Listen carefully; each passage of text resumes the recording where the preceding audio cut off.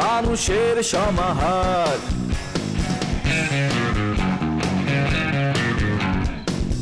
ভেতর আর বাহিরে চলছে উৎসব অপেক্ষার। এই শহরের হাজারো বাড়ির মতো নিয়ে হাসি কান্নার গল্প যত। এই শহরের হাজারো বাড়ির মতো নিয়ে হাসি কান্নার গল্প যত। প্রতিবার এখানে বেজে যায় calling bell, calling bell, calling bell, calling bell, calling bell.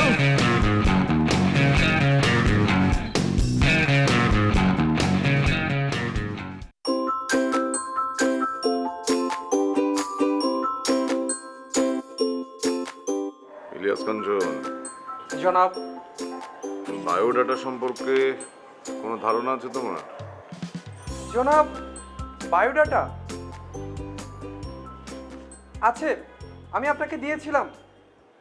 আমি যখন জয়েন করি আমার বায়োডাটা আপনাকে দিয়েছি। আরে বোকা, তুমি যেটা দিয়েছিলে ওটাকে বায়োডাটা বলে না, ওটাকে বলে কারিকুলাম ভিটা অথবা রিজুমে। চাকরির জন্য ওটা দেয়, কিন্তু চাকরির বাইরে যখন কেউ কারো জীবন বৃত্তান্ত দেয় সেটাকে বলে বায়োডাটা।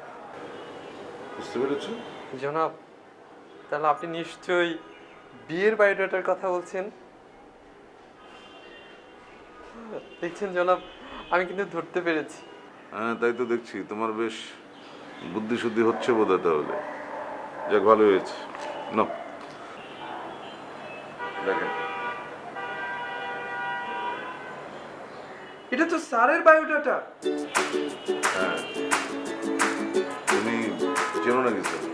হ্যাঁ, স্যারের সাথে আমার ভালো পরিচয় আছে, অনেক ভালো জানাশোনা আছে ওনার প্রতিষ্ঠানে। ওনার সাথে আমার দেখা হয়েছে। আবার উনি যখন সপ্তাহে একবার জনাবা জনাবা আপুর কাছে যখন আসেন তখনও দেখা হয়েছে। উনি আমাকে ভালো করে চিনেন। আচ্ছা, তাহলে ভালো হয়েছে। শোনো, এই বায়োডাটা নিয়ে তুমি সরাসরি ওই ঠিকানা অনুযায়ী চলে যাবে। তারপরে পাত্রের সম্পর্কে খোঁজখবর নেবে, ওর আত্মীয় স্বজন মানে বাপচাদাদের তথ্য সম্পর্কে যাচাই বাছাই করে তুমি আমাকে জানাবে। বোঝা গেছে? জি জনাব। কিভাবে খোঁজ আনবে, কার কাছ থেকে আনবে? জনাব, আমি সোজা ওনার এলাকায় চলে যাব। গিয়ে আমি জিজ্ঞেস করব উনি কেমন। কাকে জিজ্ঞেস করবে? জনে জনে জিজ্ঞেস করব। ওনার যত আত্মীয় স্বজন এখানে নাম লেখা আছে প্রত্যেকের বাসা গিয়ে প্রত্যেকের কাছ থেকে জিজ্ঞেস করব উনি কেমন। আরে বোকা, তুমি যার সম্পর্কে তথ্য নিবে তাদের কাছে গিয়ে জিজ্ঞেস করলে হবে? ওদেরকে বাদ দিয়ে তোমার বুদ্ধিমত্তা খাটিয়ে অন্যত্র কোথাও থেকে তোমার এই তথ্যগুলো সংগ্রহ করতে হবে। বোঝা গিয়েছে? জি জনাব। তবে যাও এখন। আর শোনো, এই বায়োডাটাটা ভালো করে ফটোকপি করে তুমি ফটোকপি নিয়ে যাবে, অরিজিনালটা তুমি আমাকে দিয়ে যাবে। জনাব, ফটোকপি তো আমার হাতেই আছে, জাস্ট আমি একটা স্ন্যাপ তুলে নেব, হয়ে যাবে।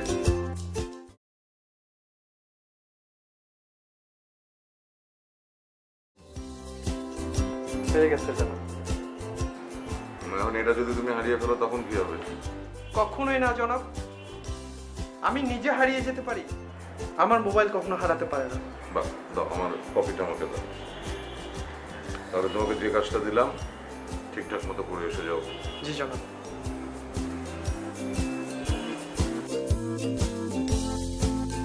জনাব, আমি কি উনি কোনো মেয়েদের সাথে সম্পর্ক আছে কিনা সেটাও দেখবো? I don't ever slow up, no I don't take shit. I got no love for the Nah. fakeness. If you wanna play Yo. tough, when you hate this, I'll always show up. I don't ever slow up, no I don't take shit. I got no love for the fakeness. If you wanna play tough and wanna hate this, I'll always show up and make a statement. I don't ever slow up, no I don't take shit. I got no love for the fakeness. If you wanna play tough and wanna hate this, I'll always show up and make a statement. Everything Everything I do so instinctive আপনি and কি so ভাবছেন আমি passionate. বুঝি না Every আপনি word I কেন move so সবসময় descriptive আমার like বাসার an নিচে adjective. দাঁড়ায় I থাকেন got a হাঁটাহাঁটি করেন vendetta against people who patented being আপনি বুঝেন? negative when you should be getting after বুঝতে তাহলে it. আপনি আমাদের ওয়েট করেন কেন I got আমি facts একটা over হাঁটা facts দিলেই তো over বোঝার tracks, কথা যে আমি and চলে that's আসছি spitting নাইলে slow, আমার সাথে spitting কথা fast. বলবেন I can কথা তো roast, I বলেন can gas, think I'm বুঝতে okay লোকের at কথা last, বলে তো but I ঠিকই আমাকে don't know উপভোগ if করে that can erase নাইলে all the কথা past বলেন and the না। pettiness. A reflection of the emptiness, hilarious. You think you're with my time, you're delirious, mysterious because you hide behind a fake exterior, inferior. You know I'll always be a bit superior. Get off of me, this ain't no humble brag. I want you to hear words, you can say them back. I want you to feel free from the chains that last, and to believe in what you got. It was built to last, yeah. Now that I've been put through hell, I never got anyone's help. I had to do it all myself. I don't ever slow up, no I don't take shit. I got no love for the fakeness. If you wanna play tough and wanna hate this, I'll always show up and make a statement. I don't ever slow up, no I don't take shit. I got no love for the fakeness. If you wanna play tough and wanna hate this, I'll always show up and make a statement. Gonna learn the consequence of being incompetent. Mental health is confidence, dreams and some honestness. I'm not here to save the day, that's for you to take away. I could play a million mind games, but instead I say something not illogical, something that is topical. Rub it on and watch it go. Make yourself unstoppable. Dreams are irresponsible, but they're always possible. If you just believe, you could be so remarkable. Thoughts in my head, a collage and they spread. I'll be great one day, going off of my meds. No, I'm not giving up, no, I'm not giving in. I will make it to the top, taking off in the wind. I gotta make it. I'm saving every day to taste it. I'm patient, but my mind, it can hardly take it. I'm chasing a dream that I've had for several ages. A vacant modern kingdom. Handsome লাগতেছে মানে এত সুন্দর লাগতেছে এত জোস লাগতেছে ভাইয়া মানে I am speechless and I am impressed too আমিও তো প্রথমে চিনতে পারি না বুঝছেন উদম হয়ে বাথরুমে গেলাম এই শার্টটা পিনলাম পিনতার পরে আয়নার মধ্যে দিয়ে এটা কে চিনতে পারি না নিজের গালে আমি থাপড়াইলাম চিমটি চিমটি কাটলাম পরে দেখলাম এটা আমি ভাইয়া আপনাকে যখন আমি ফার্স্ট দেখেছি আমি তখনই বুঝেছি যে এই লোকটার মধ্যে একটা কিছু আছে ভাইয়া আপনার চেহারা তো মাশাআল্লাহ একদম সুন্দর একদম মাখনের মতো ভাই মানে দেখেন না অল টাইম এত গ্লো করতে থাকে গ্লেজ দেয় মানে চেহারাটার মধ্যে একটা ভাব আছে ভাইয়া মানে একদম ফাটাফাটি ভাইয়া বুঝছেন না আর এত হ্যান্ডসাম আপনি মানে আপনি তো আসলে ভাইয়া কাজ নিয়ে বিজি থাকেন ড্রেসের সম্পর্কে মানে কনসিয়াস না খুবই আনকনসিয়াসভাবে চলাফেরা করেন টাইম কই ভাই আপনার টাইম আছে এইসব কাপড় চোপড়ের পিছনে টাইম ওয়েস্ট করা তো এই জন্যই আপনি ওগুলো পরতেন তো আপনাকে একটু বুঝাইছি এই জন্য আপনি বুঝছেন এখন এই যে সুন্দর ড্রেস পরতেছেন আপনার তো গেট আপ বি চেঞ্জ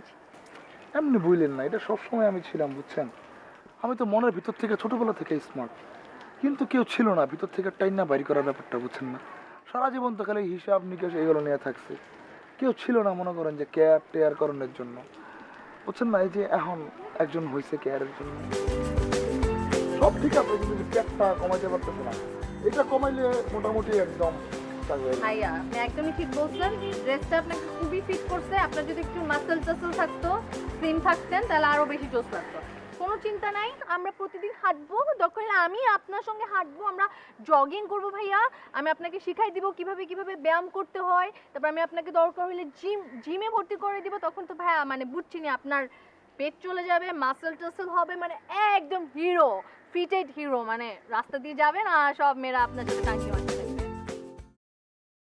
আপনি কি জানেন আপনার সাথে কথা বলাটা কত ডিফিকাল্ট একটা মানুষ যদি আপনার সাথে কথা শুরু করে 1 মিনিটের কথা তার 7 মিনিটে বলতে হয় কত বড় সময়ের অপচয় সময়ের অপচয় করা খুব খারাপ তাহলে এখন আমি কি করব ফাস্ট কথা বলা ট্রাই করবেন আর আমি আপনাকে কিছু টাং টুইস্টার দিব ধরেন যেমন 3-4টা দিব সেগুলো আপনি বাসায় প্র্যাকটিস করবেন এখন যেমন একটা করতে পারেন আমি তোমাকে না সরি আমি বৃষ্টিতে ভিজতে ভিজতে তোমাকে খুঁজতে খুঁজতে বুঝলাম তুমি এসেছো বলো আমার স্পিডে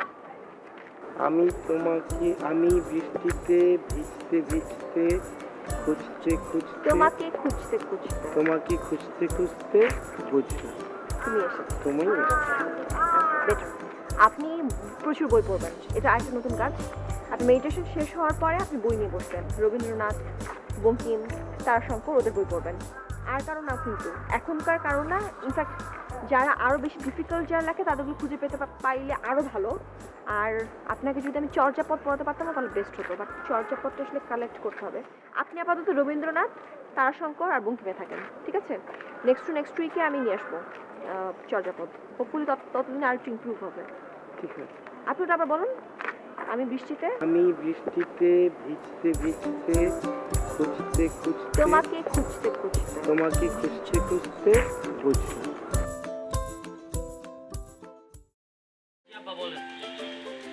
না, আমার আজকে খুবই ভালো লাগছে যে আমার দুই সুপুত্রকে আজকে আমি একসাথে পেয়েছি অনেক দিন পর। তোদের তো দেখাই পাওয়া যায় না। তো যে জন্য আমি এসেছি সেটা হচ্ছে যে তোদের সাথে একটু আলোচনা করা দরকার। মানে তোরা তো জানিস যে শিউলির বিয়ের ব্যাপারে আমরা অনেক দূর কথাবার্তা বলছি। তো এই বিষয়ে তোদের সাথে একটু সলা পরামর্শ করা প্রয়োজন বলে আমি মনে করছি। হ্যাঁ, বিয়ে সম্পর্কে আলাপ করা দরকার। তো এখানে কেন বোর্ড মিটিং ডাকেন, বোর্ডের বিষয়ে আলাপ আলোচনা করি। সেখানে অনেক বিষয়ে ঝগড়া হবে, অনেক কিছু হবে, একটা সিদ্ধান্ত আমরা পৌঁছাতে পারবো, তাই না? মারমুখী কথাবার্তা হবে, একজন আরেকজনকে প্রতিপক্ষ ভেবে কথা বলবে, মারামারি হবে, কত কি হবে। মানে তোদের না এটাই হচ্ছে সমস্যা। একটা বিষয় নিয়ে আলোচনা শুরু করলে তোরা অন্য জায়গায় চলে যাস। কথা হচ্ছে তোদের বোনের বিয়ে নিয়ে, তোরা এখানে মারামারি ঝগড়া সংগ্রাম এগুলো টেনে আনছিস কেন? কি করবো, এটা তো আমাদের ব্লাডের মধ্যে আছে, ব্লাড। আমরা তো সংগ্রাম করতে করতে এই পর্যন্ত আসছি, সংগ্রামী আমরা, তাই না? আর আমাদের ফ্যামিলিটা তো এখন একটা কলম্বিয়া প্রজেক্ট হয়ে গেছে। সংগ্রাম ছাড়া আমরা কোনো কথাই বলতে পারবো না। সংগ্রাম করবো, তারপর একটা সিদ্ধান্তে আসবো। রাগ তোর যুদ্ধ। বাবা ও একদম ঠিকই বলছে। আপনি এই বাসাটাকে আর বাসা রাখেননি, বাইরে থেকে এমন একজনকে নিয়ে এসেছেন, এটা রীতিমতো একটা যুদ্ধক্ষেত্রে পরিণত হয়েছে এবং আমরা হচ্ছি এই যুদ্ধক্ষেত্রের সুযোগ্য যোদ্ধা। আপনি এমন একটা সিচুয়েশান সৃষ্টি করেছেন এ বাড়ির মধ্যে, আমরা এই যুদ্ধক্ষেত্র থেকে আর ব্যাক আউটও করতে পারবো না। আমাদেরকে যুদ্ধ করেই আমাদের অস্তিত্বের লড়াইয়ে টিকে থাকতে হবে। আই তুই থাম থাম, তুই যে ধীরে ধীরে কথা বলতে, এটাই তো ভালো ছিল। তোর কথার গতি বেড়ে তো তোর কথার ধার কমে গিয়েছে। হ্যাঁ, হঠাৎ করে কেমন স্পিডি হয়ে গেল না? চেষ্টা করছি। কথা হচ্ছে তোদের বোনের বিয়ের বিষয়, তোরা এর মধ্যে যুদ্ধ টেনে আনছিস, এর মধ্যে মিটিং টেনে আনছিস। আমি বুঝলাম না তো, বোনের প্রতি তোদের কি কোনো দায় দায়িত্ব নেই? দেখ, আমি যেটা তোদেরকে বলতে চাই সেটা হচ্ছে যে তোদের বোনের বিয়ে, এবং এই জন্য ভাই হিসেবে তোদের কিছু দায়িত্ব আছে। এই জন্য ধর, এটা হচ্ছে এই ছেলেটার বায়োডাটা। তোরা দু ভাই এই ছেলেটা সম্পর্কে যাবতীয় খোঁজ খবর নিবি, কোনো রকম তথ্যের যেন ফাঁক না থাকে। কারণ একবার যদি বিয়ে হয়ে যায় তারপর কিন্তু কান্নাকাটি করে কোনো লাভ হবে না। যাবতীয় বিষয়ে যা খোঁজ খবর নেওয়ার তোদের দুজনের, তোরা নিয়ে তারপর আমাকে জানাবি। কান্নাকাটি তো আমাদের করতে হবে না। আমার কাছে মনে হয় এই ছেলের সব কিছু খোঁজ নিয়ে ঠিকঠাক পেলেও ঝামেলা যেটা হবে সেটা আমাদের এন্ড থেকে হবে। মানে বুঝলাম না। মানে হচ্ছে আপনার মেয়ে, আমাদের বোনকে নিয়েই ঝামেলা হবে। ও যেই খুঁতা, দেখা যাবে যে শ্বশুর বাড়িতে গিয়ে তাদের সাথে এইসব খুঁতাগিরি করলে খবর আছে। এমনও হতে পারে শ্বশুরবাড়ির লোকজন অনেক বেশি অগোছালো, অনেক বেশি নোংরা, স্যাঁতস্যাঁতা, অনেক বেশি আর্দ্র। আচ্ছা, আমি বুঝলাম না, মানে এক কথায় বাবা যেটা বলে ইমপারফেক্ট হতে পারে না। আমাদের পারফেকশনিস্ট বোনকে একটা ইমপারফেক্ট ঘরে পাঠানোর পরে ওকে নিয়েই তাদের প্রবলেম শুরু হয়ে গেল। একদম বাজে কথা বলবি না। তোদের মতো ভাইদের নিয়ে যেই মেয়েটি বড় হয়েছে এই পরিবারে, সে যে কোনো জায়গায় গিয়ে অ্যাডজাস্ট করতে পারবে। ওর উপর আমার যথেষ্ট আস্থা আছে। ওর খুঁতখুতানি স্বভাব নিয়ে তো এই ফ্যামিলিতেই বড় হয়েছে। আর আমি তো ওর যন্ত্রণা সহ্য করছি না, আমি তো তোদের সবার যন্ত্রণা সহ্য করছি। কাজে নিজের বোনটার প্রতি একটু সহানুভূতিশীল হ। একটা নতুন বাড়িতে সে যাবে, সেই বাড়িতে গিয়ে কি ঝামেলা হবে না হবে সেটা চিন্তা করাচ্ছে, তোর বোনের কোনো ঝামেলা হবে কিনা সেটা চিন্তা কর। আর ছেলেটিকে সম্ভবত শিউলি একটু পছন্দও করে, তা নয়তো তো এই বিয়ে নিয়ে আমরা এগোতেই পারতাম না। কাজে এখন নেগেটিভ আলোচনাগুলো বাদ দিয়ে তোদেরকে যেটুকু বলা হয়েছে সেটুকুই কর। তোরা ছেলে এবং তার পরিবার সম্পর্কে যথাযথ তথ্য এনে আমাকে দে। এর বাইরে কোনো কাজ তোদেরকে আমি দিইনি। এ নাও বায়োগ্রাফি।